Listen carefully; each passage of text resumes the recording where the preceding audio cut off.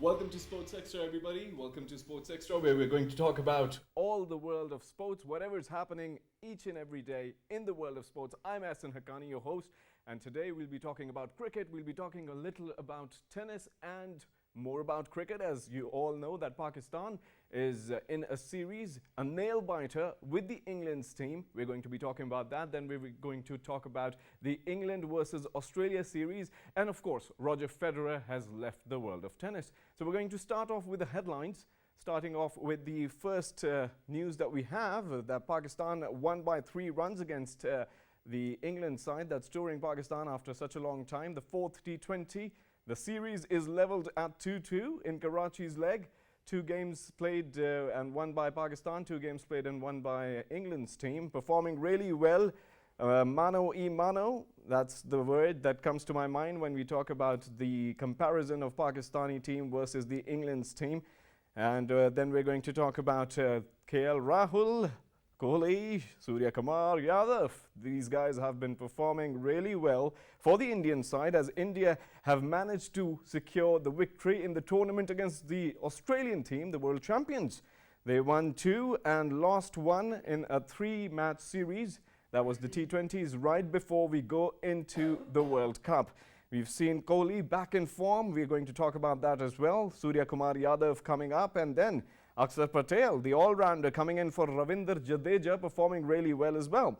So plenty of cricket to talk about, and of course we have tennis then, and tennis is synonymous to Roger Federer. As Roger Federer has left the world of tennis, we're also going to be talking about that. So first off, I'm going to introduce to you my fellow guests, amazing people we have on the panel today. Rizwan Haider, cricket analyst. Welcome to B2B World, sir. Thank you.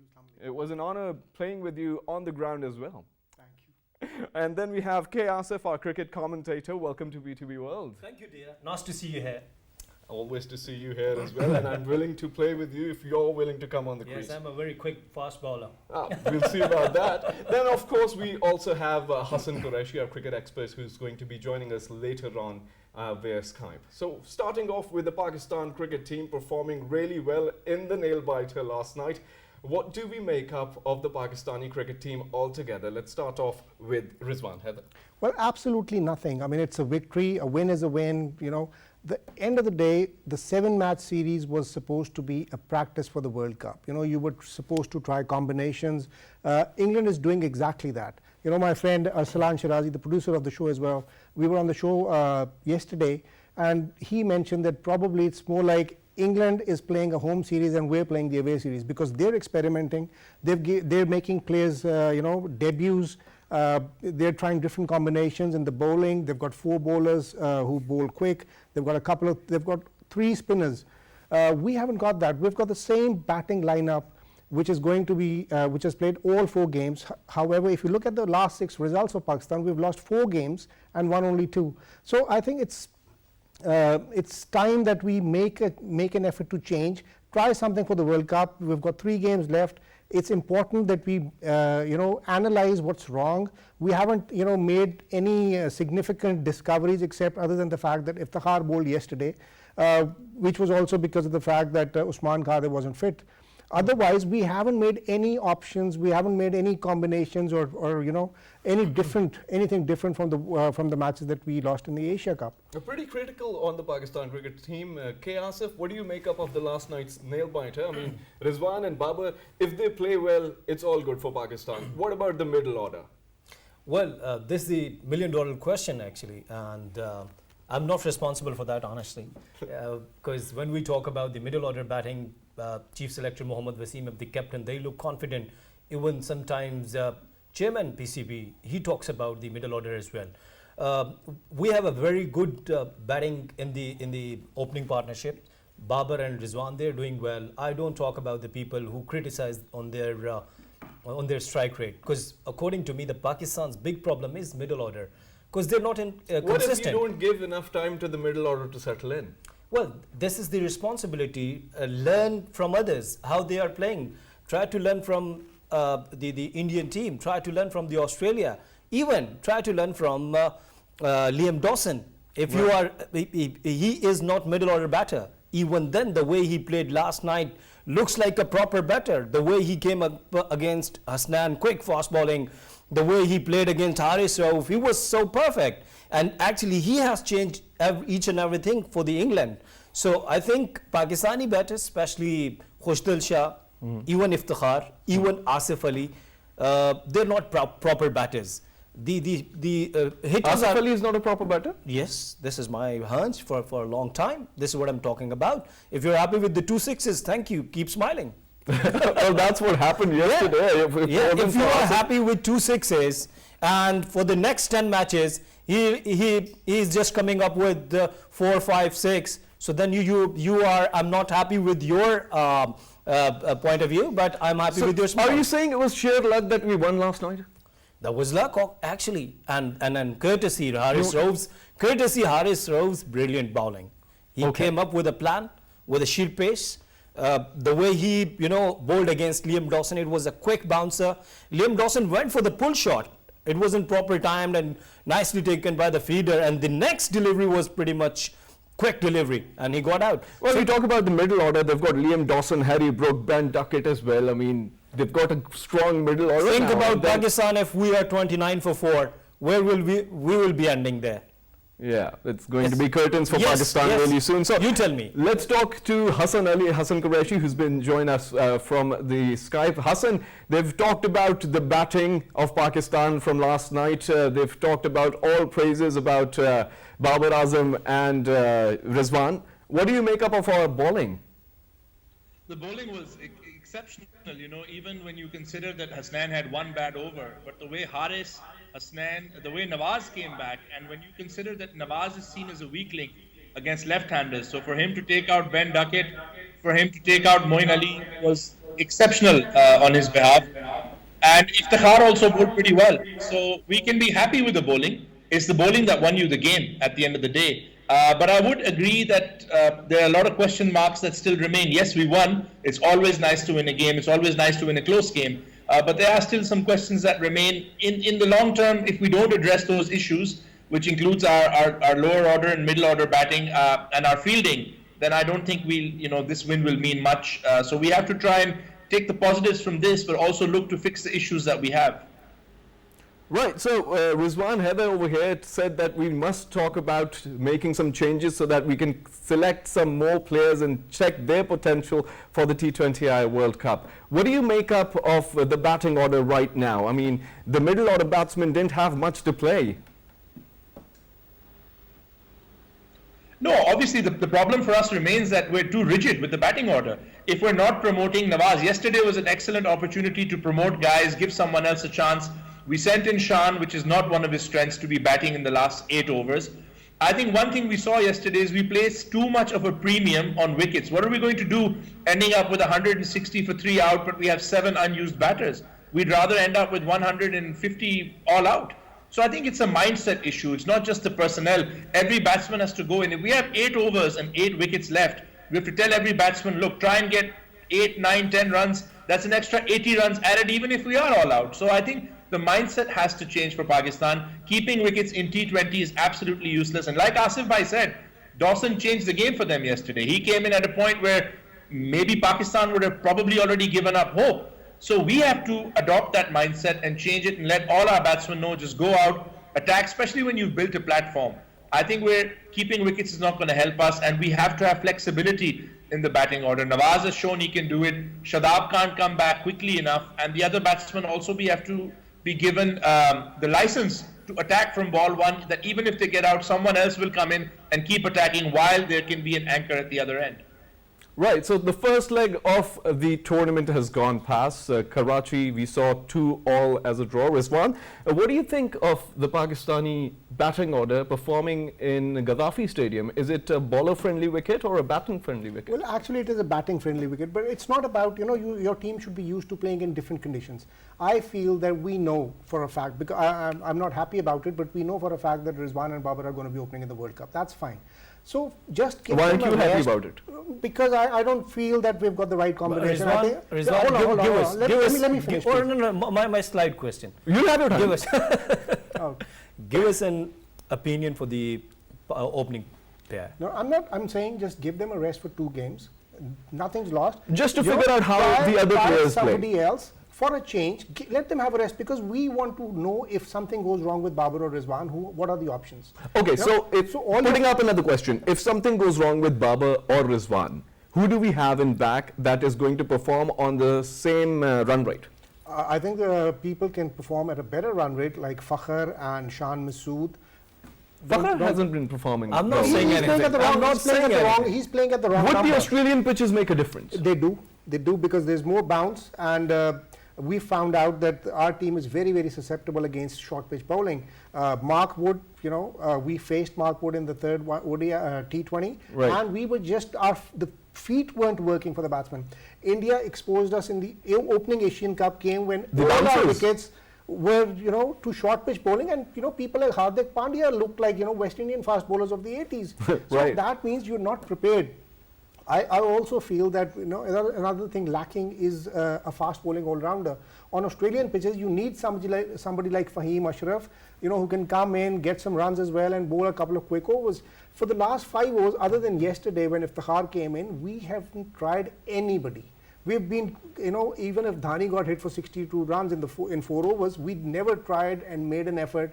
So that's where I feel that captaincy of Babar Azam Okay, also so comes into question. since I'll come to K. Asif now, since it's such a short format of the game, do you think that the lower order batsmen do get enough chances?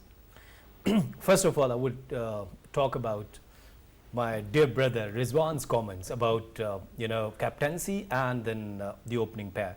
First of all, Fakhr Zaman, you can see his record is not good against the short pitch bowling. Right. Fakhr Zaman, spin. No, he's not good against He's got a strike rate of 140 opening the batting and 118 coming in at number 3. There you and have it. the average is Same average, 25 plus. 25. Opening the batting. all right. You think the opener batter 25 is okay? You see, impact of strike No, rate no, is fine, very important. fine. Sri Lanka You won see- the you Asian see- Cup. see- Hold see, on. there are two Sri things. Lanka See- won the Asian Cup with All right, people I getting think- quick 30s and 40s. Hang on. All right, fine, fair enough. Let him Fair enough. speak. He's okay with 25. You tell me about his last 10 innings. He's been batting at the wrong number. He's been batting on the wrong. Where do you want to Fine. pitch him? You want to Fine. pitch him as an opener? He was You right. can Let me stick complete. with Babar and Rizwan, but you should have made an effort in extra practice games like these or the game before the semi-final, before the final against Sri Lanka, where you had nothing to lose. You still lost those games. Right. So you could have tried different things. All right. Now he's talking about the strike rate, which is 130. You said 48. You said 140. 140. Opening the batting. With the average is 25. In last 10 games, he was not able to play a single match-winning innings for Absolutely, Pakistan. because he's One had- thing. All right, Let me enough of complete. Let me criticism. complete. Enough All on right. of criticism about him. Who else do we have? So this is Shan Masood is a good choice. Right. I believe Shan Masood has Yes. performed in the last 2 games that he played. Everyone knows that, and it's a very basic. If you are not good with your technique, batting, Right. either you're playing T20, either you're playing ODI, either you're playing Test cricket, you won't be able to make lots of runs. So since we're talking about the opening batsman and then lower down the order, I'd like to hear what Hassan Qureshi has to say on that. Hassan. I think Rizwan has a good point that we need to look at other options. While I'm personally okay with Babar and Rizwan continuing simply because it seems to be the preferred method, I do agree that Fakhr plays better as an opener. I do think we have to look at different options. If we don't know, for example, God forbid, you're in Australia and you have an injury to either Rizwan or Babar, are you going to thrust Shan or Fakhr or Haris into the opening without them having had a chance to do that before? That's a big risk to take. As far as the opening is concerned, I would like to see one anchor partnered with someone who goes all-out attack, and if that doesn't work out, whether it's Babar or Rizwan at 3, it continues that way. That said, if we don't use these next 3 games against England to try something different, and again, the entire batting order comes in this, it's not just the openers, you have to try something different, whether it's promoting Nawaz, whether it's promoting Mohammad Waseem, try something different. The more rigid we remain, and the lack of flexibility in our batting, it's continuously hampering us. Teams are finding us out. They're bowling to a set plan because they know we're going with the set batsman. The only time we've been flexible, when we sent Shadab up against Afghanistan and we sent Nawaz up against India, both times we won. So I think flexibility is very important, and trying something different is important for Pakistan at this stage. You can't be trying these things when the World Cup starts. So when we One talk thing- about, hold on, another question that I have from Hassan. We've talked about the batting order. How about we talk about the bowling now? We had players like Naseem Shah performing well for the Asia Cup. We're resting him for this specific tournament. We've got Dahani in there. Haris Rauf has been performing really well. Are you satisfied with the current bowling attack? I mean, I would love to see Naseem get more games, to be honest with you. I think it's important that we give him an opportunity, but clearly I think the management are trying something different. That said, the fact that we lost Usman to an injury yesterday, and that's why Iftikhar ended up bowling, isn't really good, because we should be trying Iftikhar and even Khushtil, who has a pretty good record bowling on Pakistani pitches. We need to try that sixth bowler. I think it's been very surprising why we've not tried that. And again, the bowling order remains a bit rigid. The teams know, okay, Haris is going to come in at the death. Hasnain is bowling instead of Naseem. If it wasn't Hasnain, it would have been Naseem. The spinners will bowl through the middle. So I'd like to see more flexibility in the bowling also. I'm happy with how Nawaz and Haris in particular are performing. I'm happy that Hasnain had a very good start. Once we add Naseem, hopefully Shaheen and Shadab, the bowling attack becomes stronger. Is the backup strong enough at the moment? No, I'd agree with you. I'd bring Fahim in. Simply because of what he brings with bat and ball and that balance. Wasim had a tough game yesterday, but he came through in the end. But you do need a fast bowling all-rounder, and you do need to have a sixth bowling option. Right, we talked about the bowling order as well. Now let's talk about Hasnain.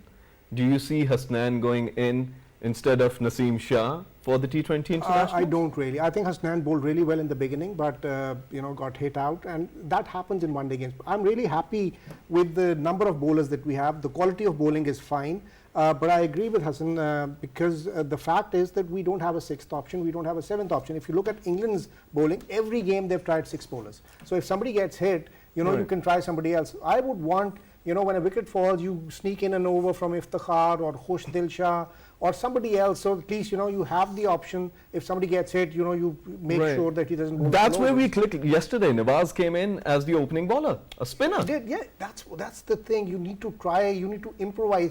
T20 is a very flexible game. You have options. That's why the distance between the smaller teams and the bigger teams is getting smaller and smaller day by day, because one-day cricket is a different ball game. Afghanistan and Hong Kong need another 20 years to come up to that mark. But in T20, one good quick innings, one over with 3 wickets, and the game changes, and that's why Afghanistan, Hong Kong, and the small teams, Ireland, are doing pretty well.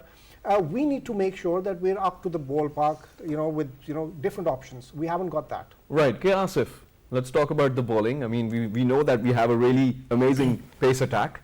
What about the spinners? We used to have really good spinners, and then Shadab Khan is there. Yes, I mean, it's a good thing.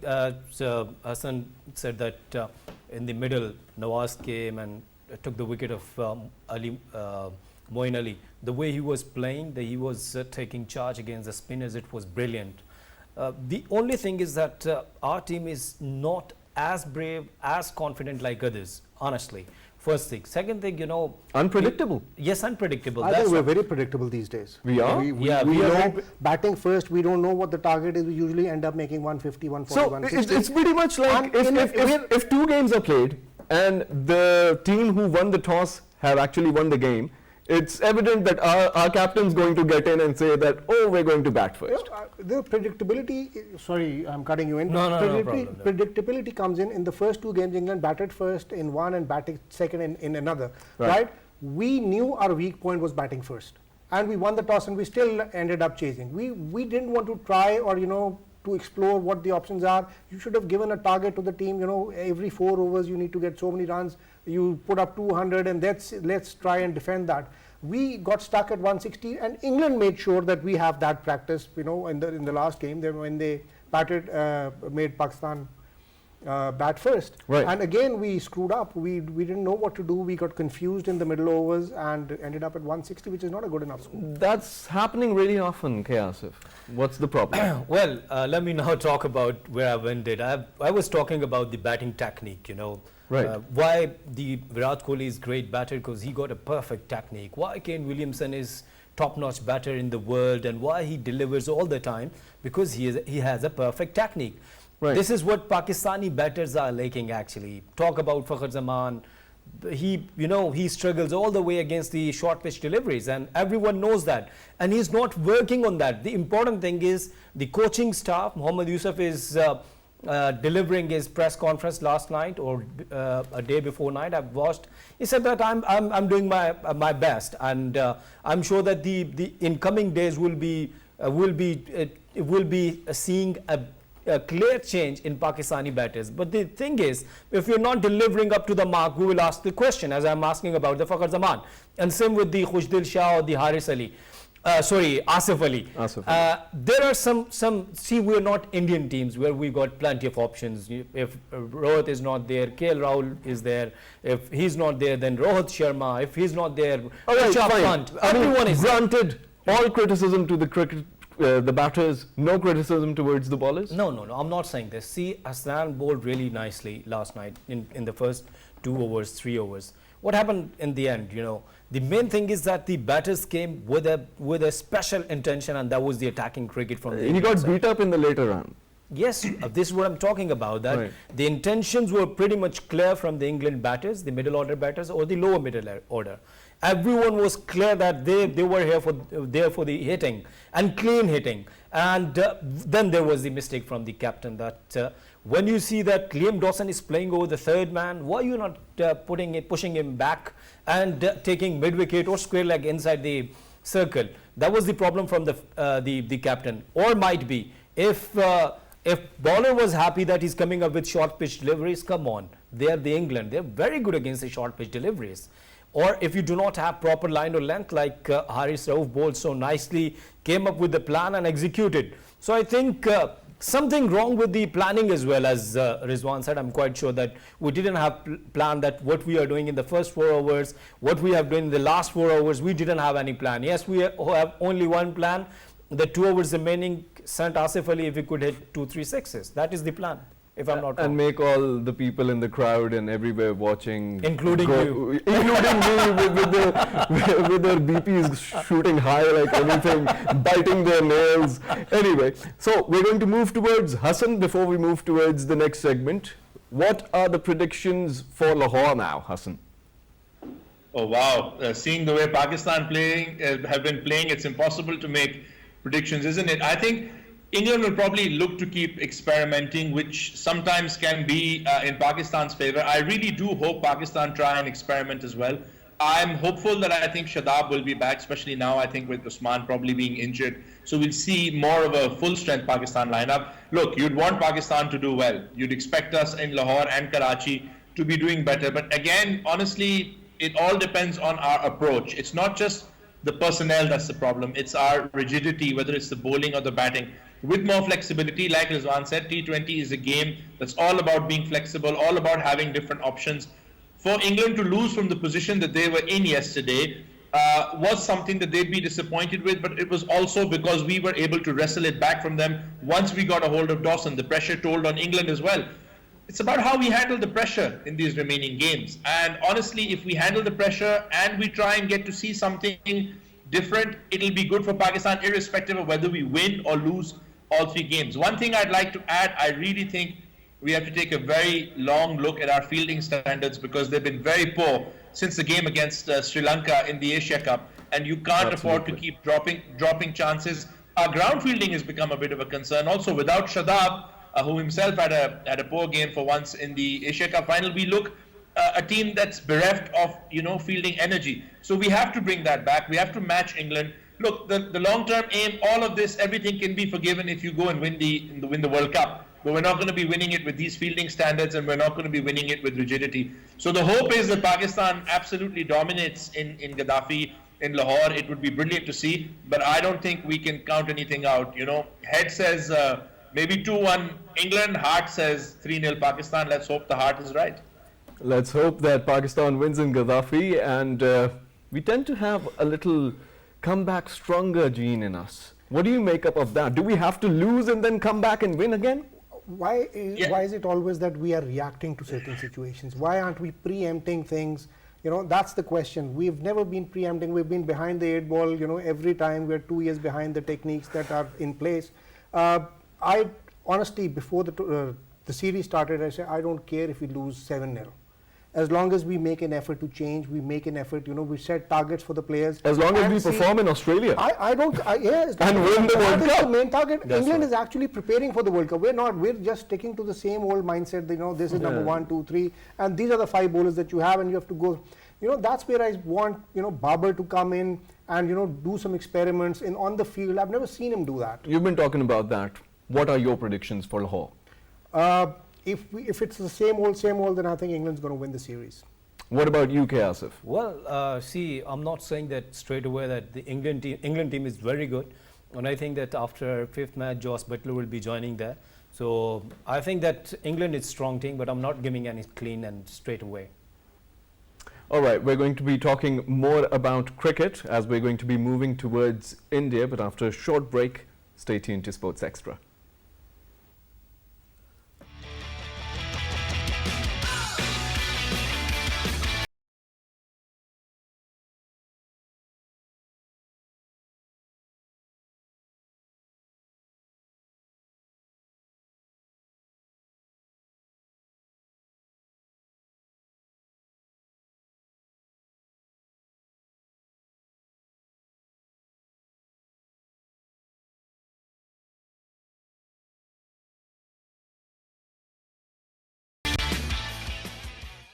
Welcome back to Sports Extra. I'm your host, Ehsan Haqqani, and we've been talking a lot about cricket. We talked about the Pakistan and England series. Now we move on to India and Australia. India has just managed to win a series against the Australian team, a very convincing win, 2-1. We're going to be talking about it with our experts. We've got Rizwan Heather, cricket analyst, K. Asif, cricket commentator with us, and then we've got Hassan Qureshi, who's on Skype with us. Rizwan, quickly, let's round this up. Kohli back in form. Surya Kumar Yadav, very amazing. Akshar Patel, a new find for India. What do you make up of this team? I think they're one hell of a team. They're going to be excellent in the World Cup. They've also tried different combinations. They've tried new fast bowlers. Australia has done amazing things as well. Cameron Green coming in at top of the order. Every team is experimenting, and I think at the end of the day in the World Cup, Australia, India, England are going to be the favorites. I think they've experimented. They've got the fast bowlers. They've got the spinners. It's an all-round team. I mean, you look at their batting order. You rule out Pakistan like anything. Yes, of course. With this combination, with this mindset, we're going to win. We can win against India. We can win against Australia. We can beat any team on our day. Yeah. But if Rizwan and Babar, stick it out and play 19 overs, and they're chasing, not batting first. Other than that, as a team, as a combination for the World Cup, I don't think we're anything Talking near. about the Indian team, Hardik Pandya, Virat Kohli, Surya Kumar Yadav, and now Akshar Patel, who's in for Ravindra Jadeja. And Ravindra Jadeja himself is a great player, an all-rounder. What do you make up of the Indian team coming in the T20 World Cup? Well, actually, the congratulations to BCCI, the way they are working with their team. Saurav Ganguly's made amazing stuff. Yes, of course, Dada is there, and he got the proper planning for Indian cricket team, and they have plenty of experience and options. If KL Rahul is not there, thank you very much, Virat Kohli, that you're giving an answer, a brutal answer to your critics. The way, so I think Indian team is an amazing team, and first time I'm agreeing in this show with Rizwan that Pakistan in upcoming World Cup, India, England, Australia, and New Zealand, they're the most But if you had to choose between two teams, who are the favorites? India and Australia. Okay, so the teams that just played the series are the favorites. Hassan, we're going to move on to you. Hassan, what do you make up of the series that India just played and won? And do you think that just as Rizwan and K. Asif said, India are the favorites along with Australia? Absolutely. I think these are the two best teams in the world right now, and India is showing, they had a poor Asia Cup by their standards, and their answer to it is to come back and continue this attacking approach. We're seeing Rohit Sharma not really worried if he gets out early because he knows there's so much batting left. Virat Kohli roaring back into form.